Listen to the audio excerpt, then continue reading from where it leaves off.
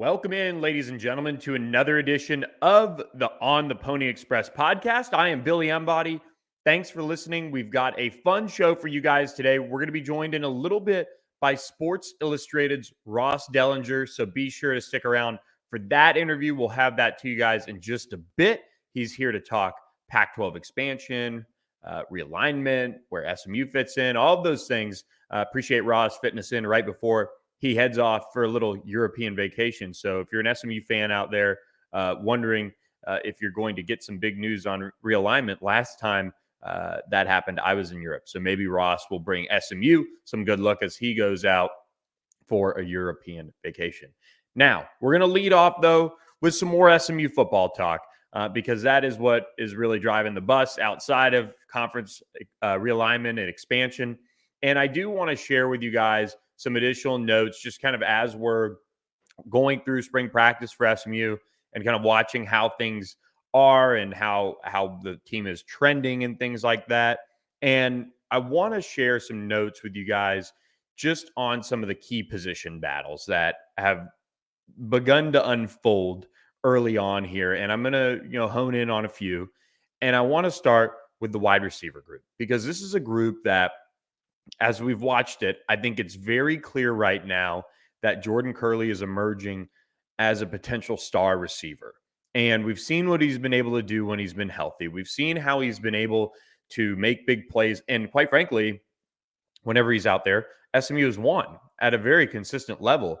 So for Jordan Curley, I've watched him in the spring. I've watched him work, saw him do punt return, kick return drills as well. He's somebody that I think is going to have a massive impact on SMU season. He's a starting receiver. I don't think there's very much debate about that. But the two other spots I'm getting more and more intrigued by as the spring goes on. And I'll list off a couple reasons for that. I'll begin with the slot position where Jake Bailey is being brought along slowly, coming off of his injury. Rhett Lashley said that over the weekend. But that has allowed Roderick Daniels, who we spoke with on Tuesday after practice, to really step up and get more reps. And the thing with Roderick is he's playing with a very high level of confidence right now. And I think that's important for a receiver because, and we'll kind of touch on this with the other outside receiver spot, Roderick got back to the team and he also added in his interview on the Pony Express YouTube channel, you can watch it, how much it meant that Rhett Lashley and the team welcomed him back into the fold with open arms. And that allowed him, along with how they used him and got him the ball, to really just focus on playing fast and playing with a lot of confidence. And you can see him continue to build off of that this spring. So I think Roderick Daniels and what he's going to bring to the table is a little underrated, even with how highly thought of we have Jake Bailey at the slot position. So it's becoming clear that SMU is going to have two really good, options at the slot receiver position, and they'll be able to factor in Jackson Lavender, who has come in and been really prepared. He's been thick as far as his frame goes. He's not a tall guy by any means, but he's just physically kind of ready to go. He's caught everything thrown his way. It seems like he's been competitive in practice. I think he's somebody that is starting to trend towards maybe a few snaps a game in that slot position when Jake Bailey or Roderick Daniels aren't out there. We flip over to the other outside receiver position, and this one is getting a little bit more buzz, I think, on as I've taken practice because Moochie Dixon has elevated his game. He's elevated his compete level, and I feel like with Moochie, after he had about 400 yards receiving last year, it started to click for him late. And we've seen him make a couple of really tough catches in practice. He's been open. He's been able to make plays down the field. And I think his comfort level in this offense is improving. On the flip side of that, Keyshawn Smith, the Miami transfer, has had some struggles with the drops here or there in practice, but he also brings an edge to the table. He kind of got into it with Kavaris Hall, who was kind of holding him on a deep route. And I think that competitiveness between Moochie and Keyshawn, is going to bring the cream to the top. You're going to have somebody step up at that position who's going to be battle tested in the sense that both have played college football and both have made their fair share of plays throughout it. at least for Miami, and then for now SMU in the last year for Mucci. Those two guys are really starting to emerge into a true battle for that outside position. And that's before, Dylan Goffney, wherever they fit him in, comes back. Jamarian Carroll enters the fold this summer. Those are all things to watch at that position. I feel like watching that wide receiver room, it's becoming evident that it's a little bit more competitive than I think we even thought. Ben Sparks at right guard is also staking a big claim to being a starter this fall. Justin Osborne sitting out, recovering from an injury. Ja'Kai Clark and Logan Parr aren't on campus yet. They've even kicked Dalton Perdue inside to left guard with the second team. They have Cam Irvin playing at guard right now. He's staking a claim to a starting job. And when Ja'Kai Clark and Logan Parr get on campus and Justin Osborne gets back, that group is going to be a really, really interesting battle to watch for who gets those starting guard spots. And we really can't necessarily take away too much on the other guys because Justin Osborne's hurt, but he's played a lot of good football for SMU. Cam Irving's played multiple positions for SMU. And then you have the transfers who are going to come in and factor in as well. That's going to be an interesting position battle to watch. But as far as the battle this spring goes, I think Ben Sparks has certainly made some waves for SMU on that front. Flipping over the defensive side of the ball, the linebacker position, you have Ahmad Walker, who's going to be a clear-cut starter. And I got to give Jaquandis Burns a good bit of credit here because he has come in to spring and, first of all, looks physically ready to go. But he's also brought a lot of physicality to his game. He's added that. He's playing with confidence in year two in this system. And he's not going to go down easy to an Alex Kilgore or a Chris Adamora when it comes to who's going to be the starting linebacker next to Ahmad Walker. And I think that's great for this room. I do think whoever lands that starting spot next to Ahmad Walker is going to be one that we're going to have to watch, just as far as consistency, because you're going to have either Jaquandis Burns, who showed some flashes last year. You hope that he can build off of the start to his spring so far, or you're going to have Alex Kilgore, a true freshman, who's going to be coming off the bench at either linebacker spot. Right now, he's got the size to honestly play both and kind of come off the bench. But then you have Chris Adamora coming in, and how does he fit into that room now that he's moved down from safety? You also have Cam Farrar kind of sticking around in that battle as well. So very intriguing position to watch is the linebacker room and what they're going to, go through on that front and who's going to take that battle. I think that's really, really key for how this defense is going to look. We've talked about how good the defensive line looks as far as physically. You have multiple guys up there who have size, who have experience on many different levels. Jordan Miller and Elijah Roberts have factored in well. But the linebacker group and who rises to the top is going to be really interesting for that. I don't think it's going to be a group that we sit there come game one and necessarily feel the best about, because there are going to be some questions still left to be answered. But it is a group that does have competition, and it's probably the biggest position battle on the defense because there are question marks with those guys who are trying to battle next to Ahmad Walker and trying to get back, into that starting lineup and make waves if you're Jaquandis Burns or if you're Alex Kilgore or Chris Adamora. So the linebacking group hasn't necessarily been settled by any means yet, and it's becoming one of the hotly contested position battles of spring. And that's before we even see SMU potentially add a transfer into that room this offseason. I'll finish on the position battle front with a spot that I think is going to be really good for SMU, and for a couple reasons. I think the nickel spot is going to be a really strong group for SMU because you have Brandon Crosley returning, who's coming off of a strong finish to the 2022 season. We covered it. He made some key plays for SMU. He last year was probably somebody that was a little frustrating because you'd see him talk a lot of noise. You'd see him make some big hits here and there. But on the flip side of it, he'd also have some struggles as well when it came to coverage here or there or being a consistent tackler. They're working the tackling a lot during spring ball. And Brandon Crosley has made some plays. He had some really nice breakups. He's been as competitive as I've seen him since he's arrived at SMU. So I think he's somebody to certainly watch on that front when it comes to, um, just how he's going to battle for that spot. And the reason why this is becoming a position battle is kind of what we thought going into spring. CJ Sanders, the Fresno State transfer, has come in and he is playing at that nickel spot. He's somebody that has a little bit more size than you would think, listed at about 5'10, 5'11, 180-ish pounds. He plays with a little bit of a chip on his shoulder. And so for that reason, I feel like he's going to be somebody to really watch at that position. But we are joined now by Sports Illustrated's Ross Dellenger. So we're going to bring in Ross right now, good friend of us here at On the Pony Express, who's going to talk a little conference realignment, a little Pac-12 expansion, and maybe how SMU fits into that. Ross, thanks for joining us today. Where are you going in Europe? Let's start there.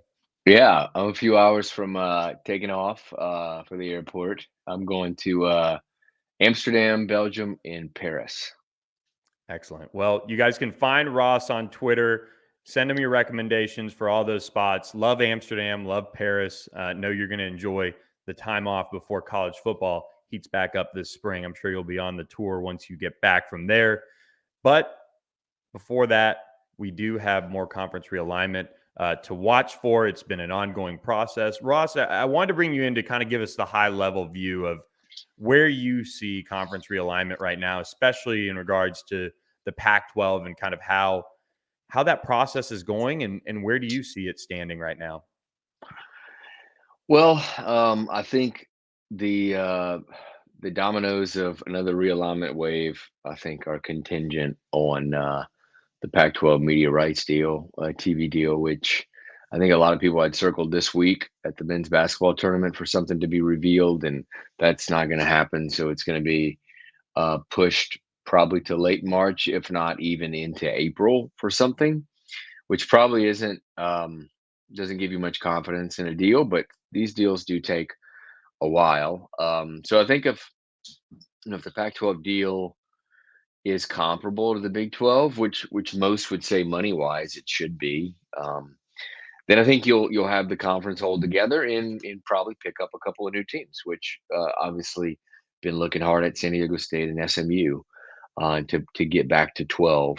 Um, if the Pac-12 TV deal falls well below the Big 12s, then you could have 2 to 4 teams in the Pac-12, specifically in the Pac-12 South, break off and go to the Big 12, which obviously would probably crater the conference because at that point you'd have Washington and Oregon just sitting out there, and they would probably be plucked away potentially by the Big Ten. Um, and you would probably have you'd have a Power Four at that point, and instead of a Power Five. So a lot of that has to do with the Big Ten TV deal and the Pac-12 TV deal, and it's not just the money. I think they would compare with the Big 12's deal, which is around 31 million a year for in distribution for each team. It's not just the money though. I think it's the visibility as well. Big 12 has Fox and ESPN. Pac-12, you're talking about a lot of streaming, Apple, Amazon type of situation. Maybe ESPN has a part of that, but are they going to have a big enough part of that to be visible enough? So a lot of it's contingent on that deal, which I would hope within the next 2 to 4 weeks we'll know a little more details about. When we see various reports and kind of try to shed some light if you can on this for some of our listeners, you see reports that this is in the final stages potentially, the media rights deal and the negotiations. Can you kind of give some context to maybe why they don't necessarily know the exact or a ballpark of dollars that would be pushing, this closer to completion, or why it wouldn't, they already know if it was less than maybe that they wanted in terms of, what would push them to look elsewhere from the league? Well, I think that these negotiations not only take a while, but they change through the course of days and weeks and months. And obviously, if right out of the gate, you know, the Pac-12 had a chance they had a negotiating window with um with ESPN and Fox, I believe. Their current rights holders. They had like I think a 60-day negotiating window back in the fall. And so they could have got something done there. And the fact that they didn't probably doesn't ring of real optimism, because if it was a good enough offer from ESPN and Fox, they would have probably had a good enough deal, and they would have signed on, you would think. So the offer wasn't what they wanted, and so they opened it out to the market, and that involves a lot of different companies, including, like I said, a lot of streaming, Amazon's, the Apples, um, ESPN streaming, ESPN Plus, and all that. So you when you open it up, it takes even more time, and you have a lot of different bids and conversations and negotiations. I'm sure George Kliavkoff, the commissioner, has some kind of idea where it will be. Um, some presidents of schools probably have some kind of idea of where it will be. Uh, the fact that you're seeing enough reports trickle out about kind of a dire situation probably tells you that two things. One, there's not a whole lot of confidence from some of the Pac-12 that the deal is going to be um, what they would hope for. But also, it tells you that the Big 12 is being pretty aggressive and might be themselves leaking some of that news to try to kind of disparage the Pac-12 in a way, and maybe lead to a division there in the Pac-12. So I'll tell you, on this issue, it's been, me and my colleagues at SI, we've kind of stayed away from this Pac-12, Big 12 realignment stuff, just because there's a lot of misinformation out there, a lot of inaccurate information. I think that both sides, in a way, are using people to kind of get their side out there, and it's just really messy and murky. So unless something's imminent, we've kind of stayed away until something's imminent, which I think could be, later this month. We'll know a little more, but these things take time, and I think they're looking at a couple of things. Again, it's more than just about money. I think it's also about the visibility of the conference. Like, I had one kind of high level Pac-12 official tell me yesterday that if it's 50%, if it's more than 50% streaming for their deal, streaming only, more than 50%, that they would prefer not to do that. So it's more than about money. It's a complicated issue. What is your take on streaming? And there's ESPN Plus. I mean, we, especially SMU fans, use the app a lot because they get a lot of ESPN Plus games for various sports. But how do you see streaming heading, and what would an Amazon or an Apple necessarily mean for streaming, and how it's either accepted or not in the college world? Well, I mean, I don't think it's any secret. Streaming is the future. It's the future of especially live sports. However, we're not quite to the future yet. So, in 20, even I'll go as far as saying 2027. 4 years from now, um, it would reason that we would be the generations would be advanced enough that streaming would be, a pretty significant part of how we watch TV, including especially live sports.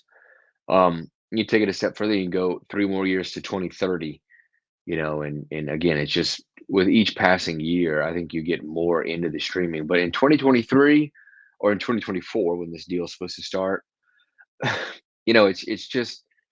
it's hard to see. Linear is still important. It's still an important part. And I think it's important enough to where it needs to be a bigger chunk of a TV deal. You need to have, again, at that as that Pac-12 official said, you need to have more linear than you'd have streaming right now, and that might not be the case in 27 or 2030s, especially. And I think Disney and ESPN are kind of preparing for that. if you read the tea leaves a little bit. So it's just not, we're not there. We're not to that point yet. But that said, the West Coast and with the Pac-12's footprint in a lot of ways is more progressive and tech savvy and all that stuff. So a lot of the people out there, probably certainly compared to the Southeast, probably are, um, more uh, more digitally friendly, I guess, more streaming friendly. So, but still, we're in an age where I think so many people still rely on linear that whatever the deal is needs to be a significant portion of it needs to be on linear.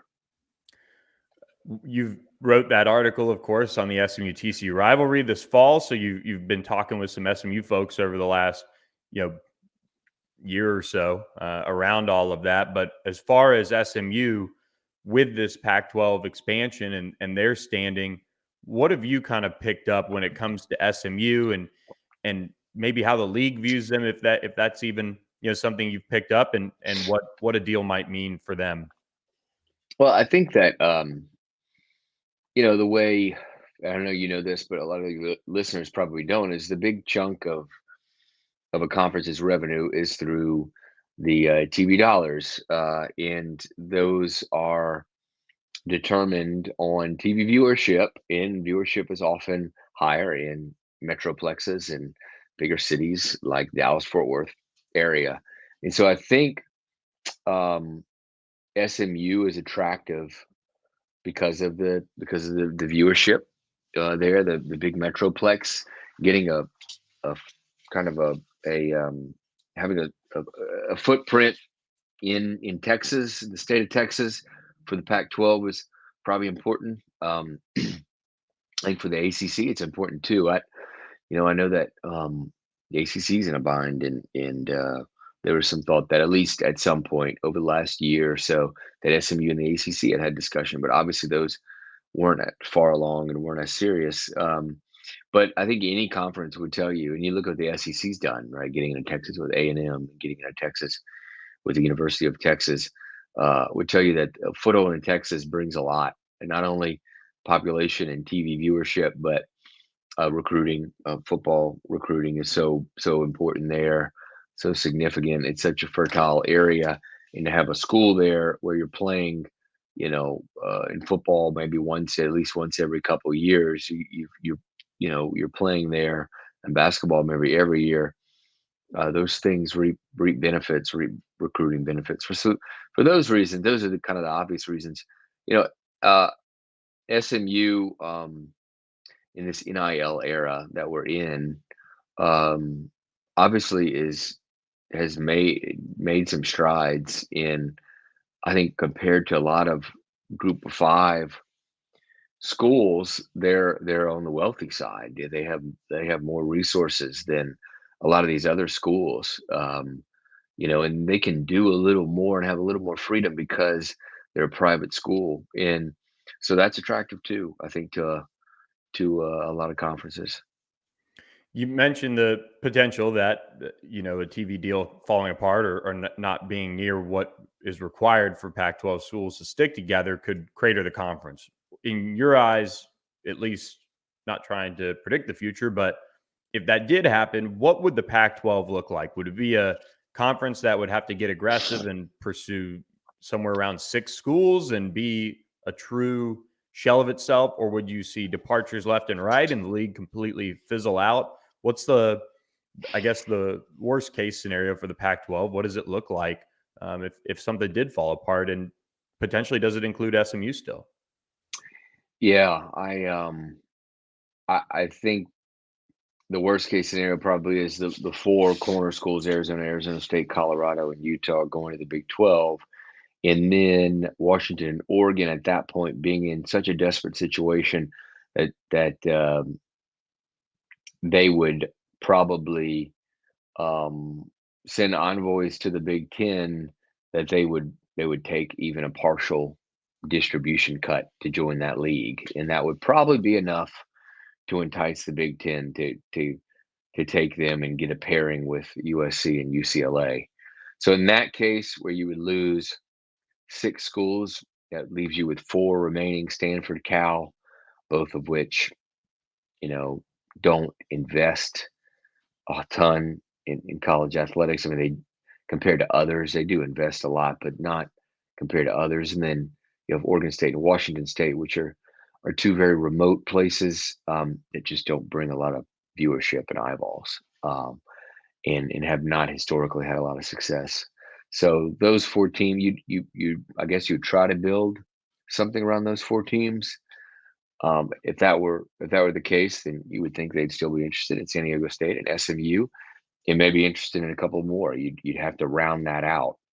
I think a lot of people would say at that point, though, that the Pac-12 just might no longer exist, and you would have it basically dissolve like the old um, Southwest Conference or the Big Eight. It would just kind of dissolve in a way.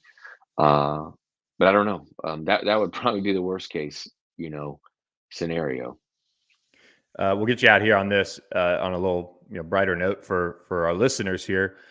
What do you see SMU doing if it does get that Pac-12 invitation, and what does it mean for the program overall? And is there a chance that if a deal was reached by end of the month, early April, do you think there's a shot that SMU could pay the exit fee and be playing by 2024 in the Pac-12? Yeah, I mean, it's the American has negotiated in the past with teams on early exits, so I could definitely see them, yeah, leaving and joining by 24. And I would think they want that. Obviously, they've been pretty public. That's one thing. A lot of schools maneuver in the shadows and stuff with this conference realignment, but SMU's been pretty public and open with it that they'd like to be a Power Five program. They believe they're a Power Five program, and I think they've been jockeying for a couple years now, at least to move up. And we're kind of left um, behind a little bit in the Big 12 shakeup there, and I know that was frustrating. So, um, I think they would be certainly running to that invitation, and I think that the American has been in the past pretty open about uh, exit fees, so I would think they could get out within a year.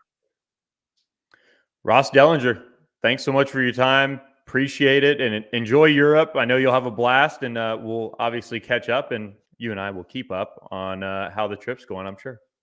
All right, Billy. Thanks, buddy. All right. Thanks, Ross. Appreciate your time, and thanks for listening to this edition of the On the Pony Express podcast. Hit that subscribe button for us on our YouTube channel. If you like what you hear, you'll get more SMU practice highlights, interviews, much, much more as we continue to track spring football as well as Pac-12 realignment and conference expansion with regards to how SMU fits in. So hope you enjoyed that interview with Ross Dellenger of Sports Illustrated. We will catch you guys next time on another edition of the On the Pony Express podcast.